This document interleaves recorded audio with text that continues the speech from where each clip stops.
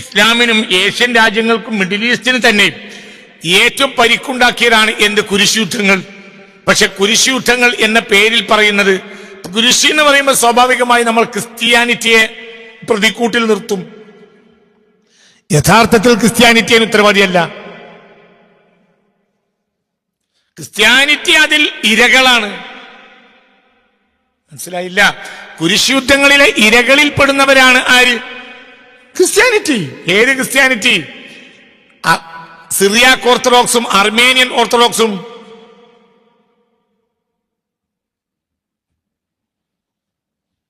മനസ്സിലായില്ലേ? എന്തുകൊണ്ട്? അവർ യൂറോപ്യൻ തീവ്രവാദത്തിനെതിരായിരുന്നു. അപ്പൊ യൂറോപ്യന്മാർ വന്നിട്ട് AD 10-ാം നൂറ്റാണ്ടിന്റെ അവസാന ഭാഗത്താണ് അവർ വരുന്നത്. AD 11-ാം നൂറ്റാണ്ടിന്റെ അവസാന ഭാഗം, 11-ാം നൂറ്റാണ്ടിന്റെ അവസാന ഭാഗം, അതെ 1099, 11-ാം നൂറ്റാണ്ടിന്റെ അവസാനം. അതാണ് അവർ ജെറൂസലേം പിടിച്ചടക്കുന്നത്. എന്നിട്ട് അവര് മുസ്ലിമീങ്ങളെ മാത്രമല്ല ഓർത്തഡോക്സ് ക്രൈസ്തവരെ മുഴുവനും കൊല്ലുന്നുണ്ട്. ഓർത്തഡോക്സ് ചർച്ചുകൾ അവര് നശിപ്പിച്ചു. ഓർത്തഡോക്സ് മതപരമായ ഗ്രന്ഥങ്ങൾ ചുട്ടുകരിച്ചു. ഇതൊക്കെ ചെയ്തിട്ടുണ്ട്. അത് കേവലം ഒരു മതപരമായ വൈരവുമല്ല. അതിന്റെ പിന്നിൽ എന്താ? യൂറോപ്യൻ കുടില താല്പര്യം, സാമ്പത്തിക ലാഭം. ഏഷ്യൻ രാജ്യങ്ങളിലെ പണങ്ങൾ കട്ടുകൊണ്ടുപോകുന്നായിരുന്നു യൂറോപ്യൻ ലക്ഷ്യം. അതിനുവേണ്ടി അവർ മതത്തിന്റെ തലയിലിട്ടുന്നേ ഉള്ളൂ. കുരിശുയുദ്ധങ്ങളെ ഒരിക്കലും കുരിശുയുദ്ധങ്ങളായി മനസ്സിലാക്കാൻ പാടില്ല. അത് യൂറോപ്യൻ അധിനിവേശമാണ്. ഏതുപോലെ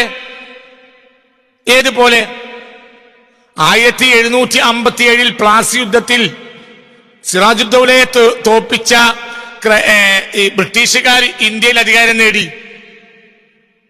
അവരുടെ കയ്യിൽ മതപരമായ ചിഹ്നങ്ങളും അടയാളങ്ങളും അവരുടെ ചർച്ചുകളും ഒക്കെ സ്ഥാപിച്ചിട്ടുണ്ട്. പക്ഷെ ക്രൈസ്തവത ഇതിന് ഉത്തരവാദിയല്ല. പിന്നെ അത് എന്തായിരുന്നു? മനസ്സിലായില്ല? അത് യൂറോപ്യൻ അധിനിവേശമാണ്, അല്ലാതെ ക്രൈസ്തവ അധിനിവേശം എന്ന നിലയിൽ അതിന് മനസ്സിലാക്കാൻ പാടില്ല. ക്രൈസ്തവത എന്ന് പറഞ്ഞാൽ അടിസ്ഥാനപരമായി അത് ഏതാണ്? ആ ക്രൈസ്തവത പൗരസ്ത്യ ക്രൈസ്തവതയാണ് യഥാർത്ഥ ക്രൈസ്തവത. എന്നുള്ള പൗരസ്ത്യനാണ് ആര്? യേശു. മനസ്സിലായില്ല നിങ്ങൾക്ക്? ക്രൈസ്തവതയുടെ അവസാന വാക്ക് പറയേണ്ടത് ആരാണ്?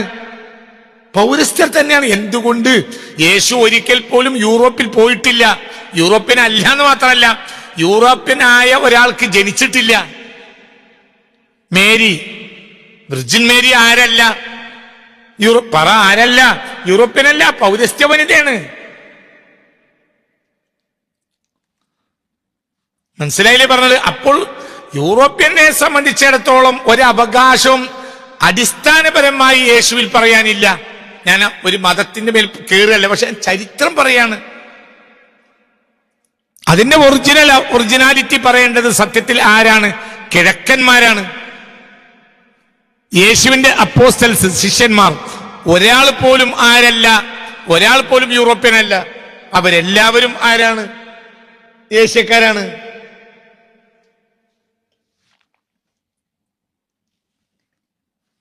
അവരിൽ 10 ആളെയും കൊന്നത് യൂറോപ്യന്മാരാണ്. 10 ആളെ കൊന്നതും യൂറോപ്യന്മാരാണ്. കൊല്ലാൻ വിധിച്ചതാരാ? യേശുവിനെ കൊല്ലാൻ വിധിച്ചതാരാ? കുരിശിൽ തറക്കാൻ വിധിച്ചതാരാ? പിലാത്തോസ്. ആരാ പിലാത്തോസ്? യൂറോപ്യൻ. അന്ന് ജെറൂസലേമിൽ നിലനിന്നത് ഭരണമാരുടേതാ?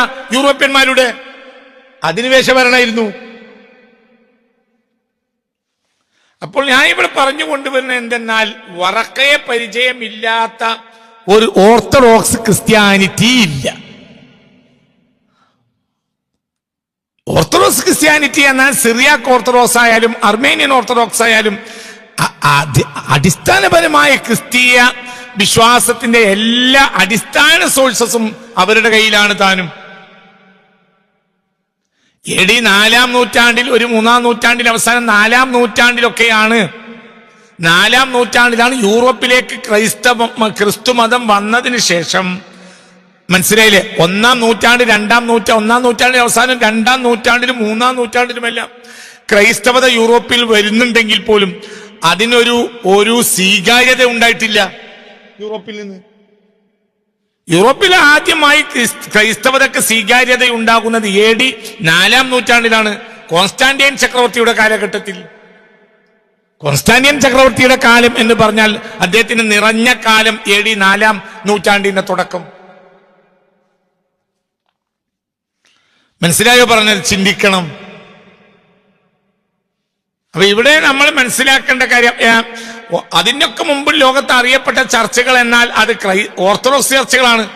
ഓർത്തഡോക്സ് ചർച്ചിന്റെ മക്കായിലെ ബിഷപ്പായിരുന്ന സിറിയാക്ക് ഓർത്തഡോക്സ് ചർച്ചിന്റെ മക്കായിലെ ബിഷപ്പായിരുന്നു ആര്? വറക്ക. ആ വറക്കയെ കുറിച്ച് ഈ പുസ്തകം അലോയ്സ് സ്പെങ്കറുടെ the life of Muhammad from original sources എന്ന ഗ്രന്ഥത്തിൽ നിന്ന് അദ്ദേഹം എന്താ പറയാ, ബേൺ യൂണിവേഴ്സിറ്റിയിലെ ഓറിയന്റൽ ലാംഗ്വേജസിലെ പ്രധാനപ്പെട്ട പ്രൊഫസറായിരുന്നു. ഓസ്ട്രിയൻ ചരിത്രകാരന്മാരിൽ 19-ാം നൂറ്റാണ്ടിൽ അറിയപ്പെട്ട ചരിത്രകാരനാണ്. എന്ന് മാത്രമല്ല യൂറോപ്പിൽ ഏറെ അറിയപ്പെട്ട പുസ്തകവുമാണ് ഏത്? ദ ലൈഫ് ഓഫ് അലോയ്സ് സ്പെങ്കറുടെ the life of Muhammad from original sources എന്ന ഈ ഗ്രന്ഥം പുസ്തകത്തിൽ വായിക്കാം. ദൈവദൂതൻ മുഹമ്മദിന്റെ പ്രബോധനത്തെയും അബ്രഹാമിക് മതത്തിന്റെ ഉയർത്തെഴുന്നേൽപ്പിനെയും അനുകൂലിച്ചവരും പ്രതികൂലിച്ചവരും അക്കാലത്ത് ഖുറൈശികൾക്കിടയിൽ ഉണ്ടായിരുന്നു. എബ്രഹാമിന്റെ ഏകദൈവ സത്യമത വിശ്വാസം പിന്തുടരുന്നവർ മക്കായിൽ അക്കാലത്ത് അതീവ ദുർലഭമായിരുന്നെങ്കിലും അത്തരത്തിൽ അബ്രഹാമിക് മതത്തെക്കുറിച്ച് അറിവുണ്ടായിരുന്നവർ ഈ ദൈവദൂതനെ തിരിച്ചറിയുകയും അവിടത്തേക്ക് സർവ്വവിധ പിന്തുണകളും നൽകുകയുമുണ്ടായി. ദൈവദൂതനെ തിരിച്ചറിഞ്ഞു, സർവ്വവിധ പിന്തുണകളും നൽകി. ദൈവദൂതൻ മുഹമ്മദിന് പിന്തുണ നൽകിയ ആദ്യ വ്യക്തിത്വങ്ങളിൽ ഒരാളാണ് വറഖ ഇബ്നു നൗഫൽ. മരണം AD 610. വ്യക്തമായി ജനന വർഷം ലഭ്യമല്ല, അതുകൊണ്ടാണ് അങ്ങനെ കണക്കാക്കിയത്. ഈ പുസ്തകത്തിൽ വായിക്കുന്നത് മരണം AD 610. അദ്ദേഹം അക്കാലത്ത് മക്കായിലെ സിറിയാക്ക് ഓർത്തഡോക്സ് ചർച്ചിന്റെ ബിഷപ്പും ബൈബിൾ തോറ പണ്ഡിതനും ആയിരുന്നു. ആരാ പറയുന്നത്? അലോയ്സ് സ്പെങ്കർ. ആരാ ഇത് പ്രസിദ്ധീകരിച്ചത്? ഇത് പ്രസ്ബിറ്റേറിയൻ ചർച്ചിന്റെ കീഴിലുള്ള പ്രസ്ബിറ്റേറിയൻ മിഷൻ ചർച്ച് പ്രസ്സാണ് ഈ പുസ്തകം പ്രസിദ്ധീകരിച്ചത്. AD 1851. അക്കാലത്തെ ഓർത്തഡോക്സ് സിറിയാക്ക് ഓർത്തഡോക്സിന്റെ ബിഷപ്പാണ് ആദ്യമായി ഇത് നബി തന്നെ, ഇത് പ്രൊഫറ്റ് തന്നെ, ഇത് ദൈവിക പ്രവാചകൻ തന്നെ എന്ന് കൃത്യമായി സർട്ടിഫൈ ചെയ്യുന്ന ആദ്യത്തെ ആളാണ് ആര്? ഈ ബിഷപ്പ്, മക്കായിലെ സിറിയാക്ക് ഓർത്തഡോക്സിന്റെ ബിഷപ്പ്. അപ്പൊ ഇന്ന് അങ്ങനത്തെ നബിയെ പ്രവാചകനെ ഞങ്ങൾക്കറിയില്ല എന്ന് പറയാൻ പറ്റൂല. മതങ്ങൾക്കെല്ലാം വ്യത്യസ്തതയുണ്ട്, അതിന്റെ തിയോളജികൾക്ക് വ്യത്യാസത ഒക്കെ ഓക്കെ, അതിലൊന്നും ഇവിടെ തർക്കമില്ല. പക്ഷേ ആധുനിക പൊളിറ്റിക്കൽ വർഗീയത, ഞാൻ അങ്ങനെയാണ് പറയുള്ളൂ. ഒരിക്കലും ഇന്നത്തെ വർഗീയത എന്ത് വർഗീയതല്ല, റിലീജിയസ് വർഗീയതയല്ല, പിന്നെന്താണത്? പൊളിറ്റിക്കൽ വർഗീയത. ഈ പൊളിറ്റിക്കൽ വർഗീയത തലേ കയറിയിട്ട് പരസ്പരം പഴിച്ചാരരുത്. അങ്ങനെ ചെയ്താൽ അത് വളരെ വിഷമുണ്ടാവും. കാരണം നേരിന്റെ കൂടെ നിൽക്കാൻ തയ്യാറാവണം. മാത്രമല്ല സിറിയാക്ക് ഓർത്തഡോക്സ് ചർച്ചിന്റെയും അർമീനിയൻ ഓർത്തഡോക്സ് ചർച്ചിന്റെയും ഒക്കെ ആളുകൾ പുണ്യ റസൂലിനെ കുറിച്ച് എഴുതിയ പുസ്തകങ്ങൾ, അനവധി പുസ്തകങ്ങൾ ഇന്ന് ലോക മാർക്കറ്റിൽ ലഭ്യമാണ്. ഒന്നും നിഷേധിക്കാൻ കഴിയില്ല. ഇന്ന് നമ്മുടെ നാട്ടിലുള്ള ചില വർഗീയ താല്പര്യക്കാർ പറയുന്ന വാക്ക് ഒരിക്കലും സിറിയയിലെയും ഈജിപ്തിലെയും അർമേനിയയിലെയും ഒന്നും ക്രൈസ്തവ പുരോഹിതന്മാർ പറയൂല. എന്തുകൊണ്ട്? അവർക്കിത് ഉറപ്പാണ്. അവരത്തരം പുസ്തകങ്ങളും ഗ്രന്ഥങ്ങളും പഠനങ്ങളും നടത്തിയതാണ്. നമ്മളിപ്പോ ഈ 21-ാം നൂറ്റാണ്ടിലാണ് അങ്ങനത്തെ ഒരു പ്രവാചകനെ നമ്മൾ അറിയില്ല എന്ന് പറയുന്ന രീതി ഇപ്പൊ ഈ അടുത്ത കാലത്ത് തുടങ്ങിയത്. അത് വളരെ ഖേദകരവുമാണ്. പിന്നെ നമുക്കതിലൊരു ഞെട്ടലില്ലാത്തത് എന്തുകൊണ്ടെന്നാല് അതിന്റെ സോഴ്സ് സത്യത്തിൽ യൂറോപ്പാണ്. ആ യൂറോപ്പ് ഇപ്പോൾ യേശുവിനെയും നിഷേധിച്ചിട്ടുണ്ട്. യേശു എന്നത് കേവലം ഒരു മിത്തായിരുന്നു, യേശു എന്നൊരാൾ ലോകത്ത് ജീവിച്ചിട്ടില്ല എന്ന് പറയുന്ന ആളുകൾ ഇന്ന് യൂറോപ്പിലുണ്ട്. അവർക്ക് സംഘടനകൾ, പ്രസിദ്ധീകരണങ്ങൾ, സംവിധാനങ്ങൾ എല്ലാം ഉണ്ട്. അപ്പൊ യേശുവിനെ നിഷേധിക്കുന്ന ഒരു ജനതയ്ക്ക് മുഹമ്മദ് എന്ന ആള് പ്രവാചകനായത് ഞങ്ങൾക്ക് അറിയൂല എന്ന് ഒരു യൂറോപ്യൻ സോഴ്സിൽ നിന്ന് പറയുമ്പോൾ അത് ഞെട്ടലുണ്ടാക്കൂല നമുക്ക്. പക്ഷെ അത് നമ്മളെ നാട്ടിൽ ഉപയോഗിക്കാൻ പറ്റാത്തൊരു കാര്യം. കാരണം നമ്മളെ നാട്ടിൽ ഒരു പരിധി വിട്ട വർഗീയതക്കൊന്നും ഒരു കാലത്തും വഴിപ്പെട്ടിട്ടില്ല. പക്ഷെ സന്തോഷകരമായ കാര്യം, വർഗീയവാദത്തിന്റെ കാലം അവസാനിച്ചു. വർഗീയവാദത്തിന്റെ കാലം അവസാനിക്കുകയാണ്. വലതുപക്ഷ തീവ്രവാദം കാലം അവസാനിക്കുകയാണ്. തീർച്ചയായിട്ടും ഞാൻ ഈ വർഷത്തിന്റെ 2024 തുടക്കത്തിൽ തന്നെ പറഞ്ഞിരുന്നു, എന്ത്? വർഗീയവാദത്തിന്റെ കാലം അവസാനിച്ചു. ആ കാലം ഇനിയും ഉണ്ടാവില്ല, അടുത്തൊന്നും ഉണ്ടാവില്ല. ലിബറലിസം ലോകത്ത് വലിയ മാറ്റങ്ങൾ ലോകത്തിനും ഉണ്ടാവും, വലിയ മാറ്റങ്ങൾ ഉണ്ടാവും. അത് അപകടകരം തന്നെയാണ്. പക്ഷെ വർഗീയവാദത്തിന്റെ കാലം അവസാനിച്ചു. വലതുപക്ഷ തീവ്രവാദം ഇനി വിൽപ്പനക്ക് വെക്കാൻ പറ്റൂല ലോകത്ത്. ഇതിന്റെ കാലം കഴിഞ്ഞുപോയി, എല്ലാം കഴിഞ്ഞു. വലിയ മാറ്റങ്ങൾ ലോകത്ത് വരും. വലതുപക്ഷ തീവ്രവാദങ്ങളൊക്കെ ലോകം ഇടതുപക്ഷത്തേക്ക് നീങ്ങും. നേരത്തെ തന്നെ ഞാൻ മനസ്സിലാക്കി നിങ്ങളോട് പറഞ്ഞിരുന്നു. ഇനി അതിന്റെ അടയാളങ്ങൾ കൂടുതൽ അതൊരു ഘട്ടത്തിൽ വളരെ വയലന്റ് ആവുകയും ചെയ്യും. തുടക്കത്തിൽ അതൊരു സോഫ്റ്റ് ആയി വരും, പക്ഷെ അത് പിന്നീട് വളരെ വലിയ ഒരു വയലന്റ് ആയി മാറും ഈ ലിബറലിസം. 2050 ആവുമ്പോഴത്തിന് ലോകത്തെ ഏറ്റവും ഭയപ്പെടേണ്ട ജനത ലിബറലിസ്റ്റുകളായിരിക്കും. അവർ ഇന്നത്തെ വർഗീയവാദികളുടെ ഒരു 100 ഇരട്ടി ശക്തിയിൽ മതങ്ങൾക്കെതിരെ അടിക്കും. വളരെ ഭയാനകമായിരിക്കും അവസ്ഥ. നമ്മളിപ്പോ വിചാരിക്കുന്ന വലതുപക്ഷ തീവ്രവാദം അപകടകരമാണെന്ന്, പക്ഷെ അല്ല. നിങ്ങൾക്കൊരു പരിധിയുണ്ട്. ഒരു ഹിന്ദുവിന് ഒരാൾ ആക്രമിക്കുന്നതിന് പരിധിയുണ്ട്. ഏതോ ഒറ്റപ്പെട്ട സംഭവങ്ങൾ ഉണ്ടാവില്ല എന്നല്ല ഞാൻ പറയും. എന്തുകൊണ്ട്? അതൊക്കെ ഒരു മതവും വിശ്വാസവുമായി ബന്ധപ്പെട്ടതാണ്. ക്രിസ്ത്യാനി അങ്ങനെ തന്നെയാണ്, ജൂതനും അങ്ങനെ തന്നെ. പക്ഷെ ലിബറലിസം അങ്ങനെയല്ല, അവർക്ക് മേലെ താഴെയില്ല. അതിൽ നിന്നൊരു അതൊന്ന് വയലന്റ് ആയാൽ അത് വളരെ അപകടകരമായിരിക്കും. അപ്പൊ ഞാൻ പറഞ്ഞുകൊണ്ടുവരുന്നത് പിന്നെ അലോയ്സ് സ്പെങ്കറുടെ ലൈഫ് ഓഫ് മുഹമ്മദ് എന്ന പുസ്തകത്തിൽ നിന്നാണ് വായിക്കുന്നത്. ദൈവദൂതൻ മുഹമ്മദിന് പിന്തുണ നൽകിയ ആദ്യ വ്യക്തിത്വങ്ങളിൽ ഒരാളാണ് വറഖ ഇബ്നു നൗഫൽ. അദ്ദേഹം അക്കാലത്ത് മക്കായിലെ ഈ പുസ്തകത്തിൽ നിന്ന് എടുക്കുകയാണ്. ഈ പുസ്തകത്തിൽ നിന്നാണ് ഞാൻ ഉദ്ധരിക്കുന്നത്. സിറിയാക്ക് ഓർത്തഡോക്സ് ചർച്ചിന്റെ ബിഷപ്പും ബൈബിൾ തോറ പണ്ഡിതനുമായിരുന്നു.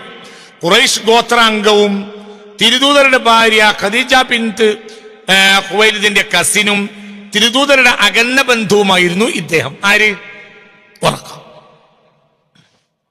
ഈ വേദവചനങ്ങളെ അറബി ഭാഷയിലേക്ക് പരിഭാഷ ചെയ്ത മഹാജ്ഞാനിയായിരുന്നു അദ്ദേഹം. അഗാധ യഹൂദ ക്രൈസ്തവ മതവേദ ഗ്രന്ഥങ്ങളിൽ അഗാധ പാണ്ഡിത്യമുണ്ടായിരുന്ന ഇദ്ദേഹം ഈ വേദവചനങ്ങളെ അറബി ഭാഷയിലേക്ക് പരിഭാഷ ചെയ്ത മഹാജ്ഞാനിയും ആയിരുന്നു. എബ്രഹാമിന്റെ ഏകദൈവ വിശ്വാസവും സത്യസന്ധമായ ജീവിത രീതിയും പിന്തുടർന്നു പോന്ന അത്യപൂർവ ഇസ്മായിലേഴ്സ് ന്യൂനപക്ഷങ്ങളിൽ ഒരാളായിരുന്നു വറഖ. മക്കായിൽ ജീവിച്ചിരുന്ന മറ്റൊരു ഏകദൈവ എബ്രഹാമിക് മതവിശ്വാസിയായിരുന്ന സെയ്ദ് ബിൻ അംർ വറഖക്ക് വളരെ അടുത്ത സുഹൃബന്ധം ഉണ്ടായിരുന്നു. അദ്ദേഹവുമായി വറഖയും സെയ്ദും ദൈവദൂതൻ മുഹമ്മദിന്റെ ഭാര്യ ഖദീജയുമെല്ലാം റളിയല്ലാഹു അൻഹ അബ്രഹാമിക്ക് ഏകദൈവ വിശ്വാസികളായിരുന്നു. ഇവിടെ കൂട്ടത്തിൽ എടുത്തു പറയേണ്ട ഒരു കാര്യം, ഒരു ചരിത്രം എന്ന നിലയിൽ ഞാൻ പറയാണ്, എടുത്തു പറയും. സിറിയാക്ക് ഓർത്തഡോക്സ്, അതായത് ഇന്ന് ക്രൈസ്തവ സമൂഹത്തിൽ ഏറെ അതിന്റെ തിയോളജിയിൽ ഏറെ പ്രചാരമുള്ള ട്രിനിറ്റി, ത്രിയേകത്വം എന്നത് അക്കാലഘട്ടത്തിൽ ഓർത്തഡോക്സ് ക്രൈസ്തവരിൽ ഉണ്ടായിരുന്നില്ല. പൂർണ്ണമായും ട്രിനിറ്റിക്ക് അവരെതിരായി. അതായത് ട്രിനിറ്റി എന്നത് അടിസ്ഥാനപരമായി ഒരു യൂറോപ്യൻ സൃഷ്ടിയാണ്. അത് ഏഷ്യൻ ആഫ്രിക്കൻ രാജ്യങ്ങളെ മേൽ അടിച്ചേൽപ്പിക്കാൻ ആദ്യമായി ശ്രമിക്കുന്നത് കോൺസ്റ്റാന്റിയൻ ചക്രവർത്തിയാണ്. അതാണ് council of Nicaea. AD 325 council of Nicaea നടത്തുന്നത്, ഇന്നത്തെ ഇസ്താൻബൂളിൽ. അതിലാണ് ട്രിനിറ്റി അവതരിപ്പിക്കുന്നത്. അതായത് കോൺസ്റ്റാന്റിയൻ ചക്രവർത്തിയെ ക്രിസ്ത്യാനിയായപ്പോൾ യൂറോപ്പിനും ക്രിസ്ത്യാനിറ്റിക്കും ഉൾക്കൊള്ളുന്ന ഒരു തിയോളജിയെ ഉണ്ടാക്കി. അതിനുവേണ്ടി എന്ത് ചെയ്തു? ബൈബിളിന് ഒരുപാട് ഭാഗങ്ങളെ ഒഴിവാക്കി. പല അപകടകരമായ കാര്യങ്ങൾ ആ മതത്തിന്റെ കാര്യമാണ്. പക്ഷെ ചരിത്രം എന്ന നിലയിൽ പറയാണ്, പല ഗോസ്പെൽസും ഉണ്ടായിരുന്നു. ആ ഗോസ്പെൽസ് എല്ലാം ബൈബിളിൽ നിന്ന് വെട്ടിക്കളഞ്ഞു. അതെല്ലാം സത്യത്തില് ലത്തീൻ ക്രിസ്ത്യാനിറ്റിയും അതിന് കിഴക്കൻ രാജ്യങ്ങളിൽ നേതൃത്വം നൽകിയ എന്താ പറയുക കോൺസ്റ്റാന്റൈൻ ചക്രവർത്തിയും അദ്ദേഹത്തിന്റെ പിൻഗാമികളും ചെയ്തത്. ഇതിന്റെ ആദ്യത്തെ ശ്രമം കൗൺസിൽ ഓഫ് നൈസിയയിലാണ്. കൗൺസിൽ ഓഫ് നൈസിയ നടക്കുന്നത് AD 325. അതിനു മുമ്പ് ഇങ്ങനത്തെ ഒരു വാർത്ത പോലും ആരുടെ കയ്യിലില്ല? ഓർത്തഡോക്സ് ക്രൈസ്തവരുടെ കയ്യിലില്ല. യൂറോപ്യൻ ക്രൈസ്തവതയിൽ അത് കയറാൻ കാരണം യൂറോപ്യർക്ക് ട്രിനിറ്റി ഒഴിവാക്കാൻ കഴിയില്ല. അതിന് അതിൻ്റെതായ കാരണങ്ങളുണ്ട്. അത് ഞാൻ പറയുന്നത് ഒരു സുഖമില്ലാത്തതുകൊണ്ട് ഞാൻ പറയുന്നില്ല.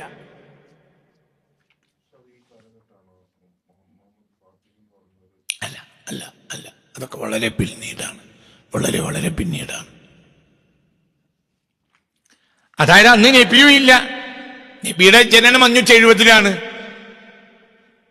കൗൺസിൽ ഓഫ് നൈസിയ നടക്കുന്നത് കോൺസ്റ്റാന്റിയൻ ചക്രവർത്തിയുടെ കീഴിൽ. കൗൺസിൽ ഓഫ് നൈസിയ നടക്കുന്നത് AD 325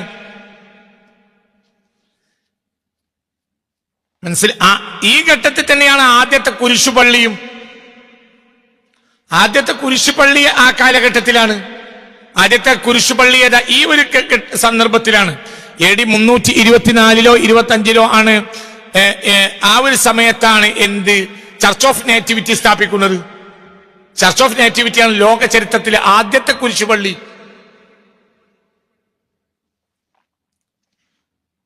മനസ്സിലായില്ല?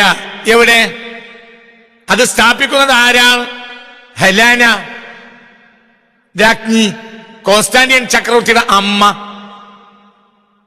ഹെലാന രാജ്ഞിയാണ് ലോക ചരിത്രത്തിലെ ആദ്യത്തെ കുരിശുപള്ളി സ്ഥാപിച്ചത്. ചർച്ച് ഓഫ് സപ്പൾച്ചർ ആയാലും വേണ്ടില്ല, ചർച്ച് ഓഫ് നാറ്റിവിറ്റി ആയാലും വേണ്ടില്ല, അതൊക്കെ ആ കാലഘട്ടത്തിൽ സ്ഥാപിക്കപ്പെട്ടതാണ്. AD 4 നൂറ്റാണ്ടിൽ. അതായത് യൂറോപ്യൻ തിയോളജി ഏഷ്യൻ ആഫ്രിക്കൻ രാജ്യങ്ങളിലേക്ക് ക്രൈസ്തവതയിൽ കടന്നു കയറുന്ന ആദ്യത്തെ ഘട്ടാണത്. അതിനുവേണ്ടി അവരെ എന്ത് ചെയ്തു? ഗോസ്പെൽസിന്റെ ഒരുപാട് ഭാഗത്തെ ഒഴിവാക്കി. അപ്പൊ ഗോസ്പെൽസിന് ഒഴിവാക്കിയ ഗോസ്പെൽസ് നമ്മൾ കണക്കാക്കിയാൽ ധാരാളം ഗോസ്പെൽസ് ആ കാലഘട്ടത്തിൽ ഒഴിവാക്കിയിട്ടുണ്ട്, അന്നും പിന്നെയും. ഇപ്പോ ഗോസ്പെൽ ഓഫ് തോമസ് ഉണ്ട്. തോമസ് ലീഹയുടെ സുവിശേഷം. ആരാ തോമസ് ലീഹ? ഇന്ത്യയിലെ AD 52 ഇന്ത്യയിലേക്ക് ദൈവിക പ്രബോധനത്തിന് വന്ന യേശുവിന്റെ ശിഷ്യനാണ് ആര്? തോമസ് ലീഹ. ഗോസ്പൽ ഓഫ് തോമസ് ഉണ്ട്. അതേപോലെ തന്നെ ഉണ്ടായിരുന്നു, ഇപ്പൊ അതൊന്നും ഇല്ല. Gospel of Peter, gospel of എന്താണ് epistle of Barnabas, gospel of Judas, gospel of truth, gospel of Mary, gospel of Philip. ഇങ്ങനെ ധാരാളം ഗോസ്പൽസ് ഉണ്ടായിരുന്നു. ഇന്നിപ്പോൾ ന്യൂ ടെസ്റ്റമെന്റിൽ ആകെയുള്ളത് 4 ഗോസ്പൽസ് ആണ്. Matthew, Mark, Luke, John, Mathai, Markose, Lukose, Yohannan. മനസ്സിലായില്ല? ഇന്ന് ന്യൂ ടെസ്റ്റമെന്റിൽ ഉള്ളത് 4 ഗോസ്പൽസ് ആണ്. Matthew, gospels of Matthew, gospel of Matthew, gospel of Luke, അതേപോലെ തന്നെ gospel of Mark, gospel of John, Mathai, Markose, Lukose, Yohannan മലയാളത്തിൽ പറഞ്ഞ അനവധി ഗോസ്പൽസ് ഒഴിവാക്കി. ഇപ്പൊ ഞാൻ എണ്ണിയത് അതിന്റെ കുറഞ്ഞ ഭാഗങ്ങളാണ്. അനവധി ഗോസ്പൽസുകൾ ഒഴിവാക്കിയിട്ടുണ്ട്. അപ്പൊ ഞാൻ ഇവിടെ മനസ്സിലാക്കേണ്ട ഒരു കാര്യം എന്തെന്നാൽ അവർ തികഞ്ഞ ഏകദൈവ വിശ്വാസികളായിരുന്നു. അക്കാലഘട്ടത്തിൽ 99% സിറിയാക്ക് ഓർത്തഡോക്സ് ചർച്ചിലുള്ള ആളുകളെല്ലാം അവരെ ബിഷപ്പുമാരും അങ്ങനെയായിരുന്നു. കാലഘട്ടത്തിൽ യൂറോപ്യൻ സ്വാധീനം ഏഷ്യൻ ആഫ്രിക്കൻ രാജ്യങ്ങളിലേക്ക് വന്നു. ആരാധനാ രീതികളിൽ മാറ്റം വന്നു, പലതും വന്നു. ഞാൻ പറയട്ടെ, AD 16-ാം നൂറ്റാണ്ടിലാണ് മലയാളക്കരയിൽ വളരെ അപകടകരമായ മാറ്റം തിയോളജിയിലും മറ്റനുഷ്ഠാന കർമ്മങ്ങളിലുമെല്ലാം ക്രിസ്തീയ ലോകത്തുണ്ടായിട്ടുണ്ട്. ഞാൻ കഴിഞ്ഞൊരു പ്രസംഗത്തിൽ നിങ്ങൾ പറഞ്ഞിട്ടുണ്ട്, എന്താ പറയാ, പറങ്കികൾ വന്നപ്പോൾ ഏറ്റവും കൂടുതൽ അതിന്റെ പ്രശ്നം അനുഭവിച്ചത് മുസ്ലിങ്ങളല്ല, ആര് തന്നെയാണ്? ക്രിസ്ത്യാനികളാണ്. ഓർത്തഡോക്സ് ക്രിസ്ത്യാനികൾ അവരുടെ പലതും അവർക്ക് മാറ്റി ഒഴിവാക്കേണ്ടി വന്നു. അതിനുവേണ്ടി അവര് വളരെ കഷ്ടത സഹിച്ചു. വളരെ പ്രയാസകരമായ സാഹചര്യം അവർക്കുണ്ടായി. പക്ഷേ അധികാരത്തിന്റെ ഹുങ്ക്,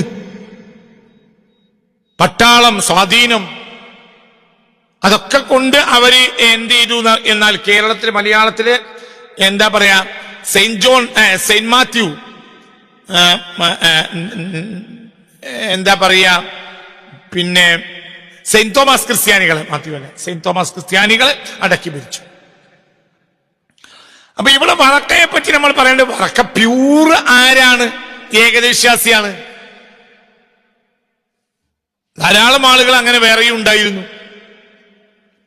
അപ്പൊ ഇവിടെ അലൈസ് സ്പെങ്കർ തന്റെ ലൈഫ് ഓഫ് മുഹമ്മദ് എന്ന ഗ്രന്ഥത്തിൽ പറയാണ്, അവരെല്ലാം അബ്രഹാമിന്റെ ഏകദൈവ വിശ്വാസികൾ ആയിരുന്നു.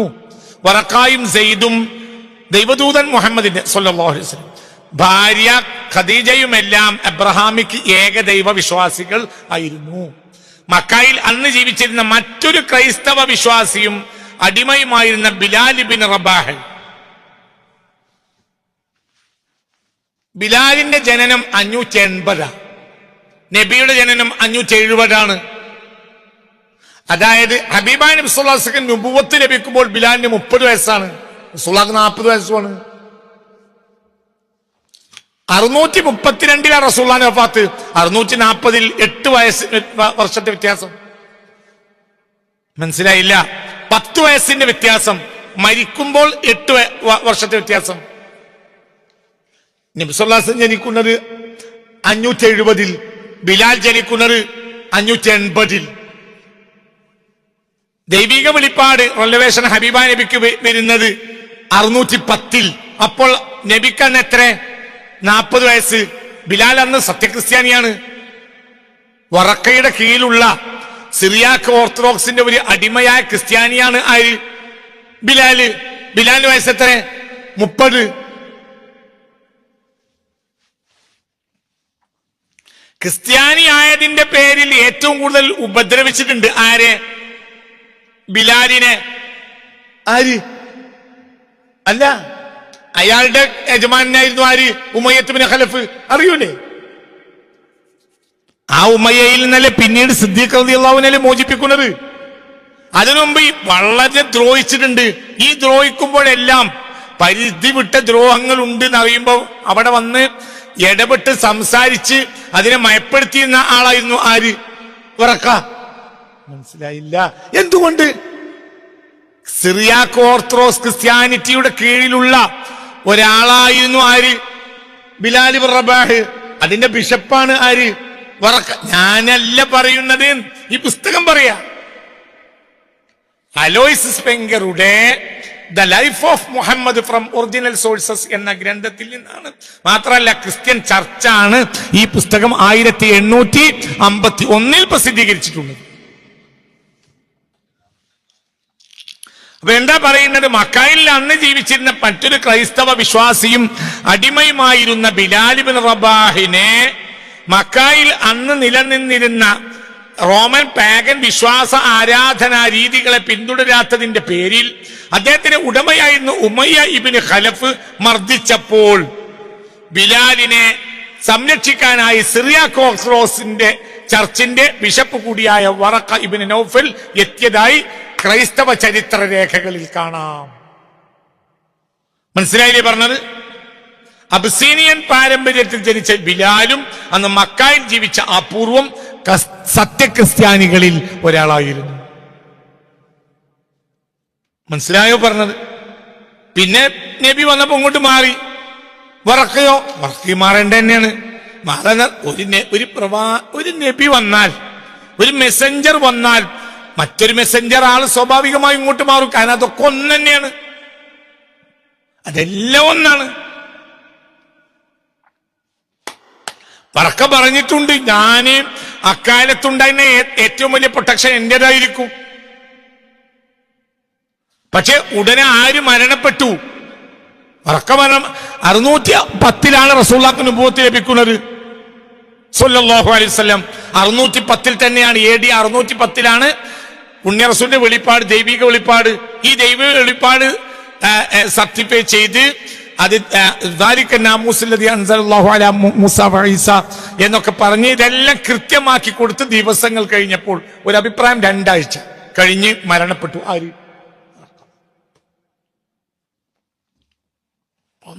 വലിയ വയോവൃദ്ധനാണ്.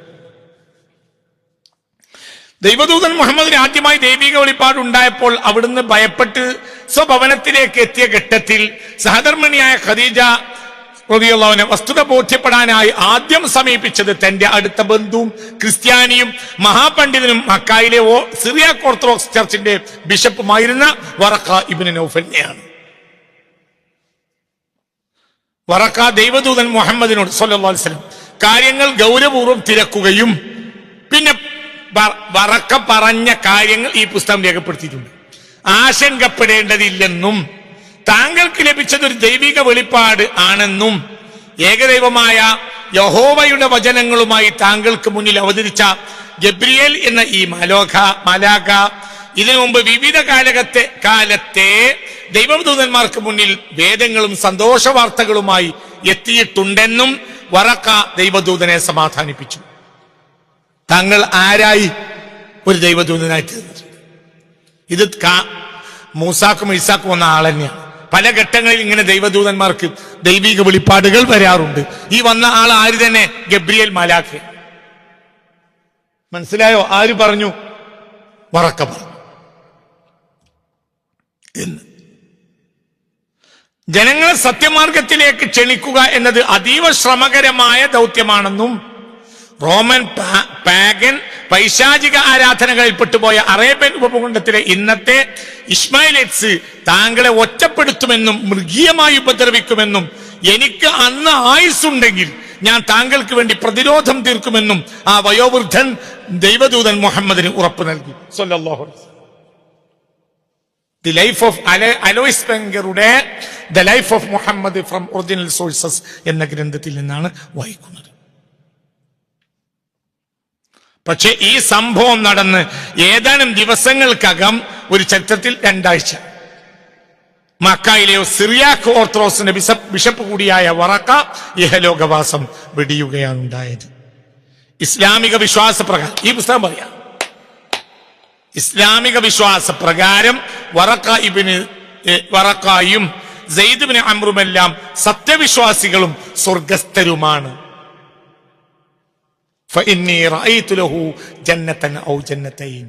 സ്വർഗത്തിൽ 1-2 തോട്ടങ്ങൾ വറഖക്കുള്ളതായി ഞാൻ കണ്ടിട്ടുണ്ടെന്ന് മുഹമ്മദ് മുസ്തഫ.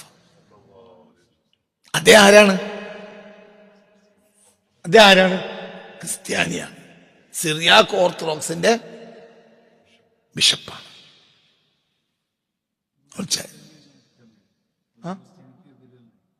എങ്ങനെ എതിരാവുക? അതെ ഞാൻ പറയുന്നത് യൂറോപ്യൻ ചരിത്ര പണ്ഡിതന്മാരിൽ വലിയൊരു ശതമാനം ഇത് അംഗീകരിക്കുന്നു. ഓർത്തഡോക്സ് ക്രിസ്ത്യാനിറ്റിയിൽ വലിയൊരു ശതമാനം അംഗീകരിക്കുന്നു. ഈ അടുത്ത കാലഘട്ടത്തിൽ യൂറോപ്യൻ താല്പര്യങ്ങൾ ക്രൈസ്തവതയിൽ കയറിക്കൂടിയപ്പോൾ അപ്പൊ അവരെ സംബന്ധിച്ചിടത്തോളം ഒരു ശത്രു, പൊളിറ്റിക്കൽ ശത്രുവിനെ ഉണ്ടാക്കൽ അത്യാവശ്യം. പ്രത്യേകിച്ച് ഈ ദുരന്തം വരുന്നത് 990. ഈ 990 ഞാൻ പറഞ്ഞിട്ടുണ്ട്. അന്നൊക്കെ ഞാൻ ഒരു ബാല്യക്കാരൻ. എന്റെ പ്രസംഗങ്ങൾ 990കളിൽ കേട്ട ആളുകളുണ്ടെങ്കിൽ അവർക്കറിയാം അപകടകരമായ കാര്യത്തിലേക്ക് ലോകം നീങ്ങും. എന്തുകൊണ്ട്? ലോകത്തിന് ശത്രു വേണ്ടി വരും. ശത്രു ഇല്ലാതെ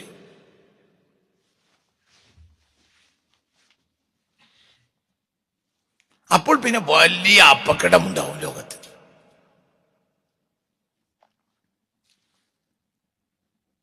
എന്താ 990 സംഭവിച്ചത് അറിയോ? എന്താ സംഭവിച്ചത്? അന്ന് ഞാൻ ലേഖനം എഴുതിയിട്ടുണ്ട്, പ്രസംഗം നടത്തിയിട്ടുണ്ട്, അനവധി പ്രസംഗം നടത്തിയിട്ടുണ്ട്.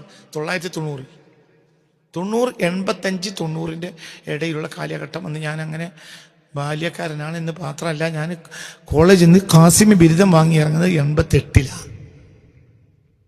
അക്കാലത്തൊക്കെ അനവധി പ്രസംഗങ്ങൾ ഞാൻ ലോകം അപകടകരമായ അവസ്ഥയിലേക്ക് നീങ്ങും.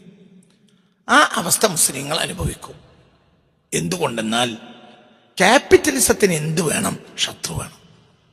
അത് 990 വരെയും ആ ശത്രു ആരാ? കമ്മ്യൂണിസം ഫലത്തിലില്ലാതായി 990-ൽ. ഗ്ലാസ്നോസ്റ്റ് പെരിസ്ട്രോയിക്ക കൊണ്ടുവന്നു. ആര്? മനസ്സിലായില്ലേ പറഞ്ഞത്? ഗോർബച്ചേവ്. അതോടുകൂടെ കമ്മ്യൂണിസ്റ്റ് സോവിയറ്റ് യൂണിയൻ തകർന്നു. സോവിയറ്റ് യൂണിയൻ പീസായി, നാട്ടുരാജ്യങ്ങളെ പോലെയായി. അപ്പോൾ ക്യാപിറ്റലിസത്തിന്റെ മുന്നിൽ ഒരു ശത്രു ഉണ്ടായിരുന്നു. ആര്? ഒരു ശത്രു എപ്പോഴും ഉണ്ടാവണം. ഇല്ലെങ്കിൽ താല്പര്യക്കാർക്ക് മുന്നോട്ട് വന്നു.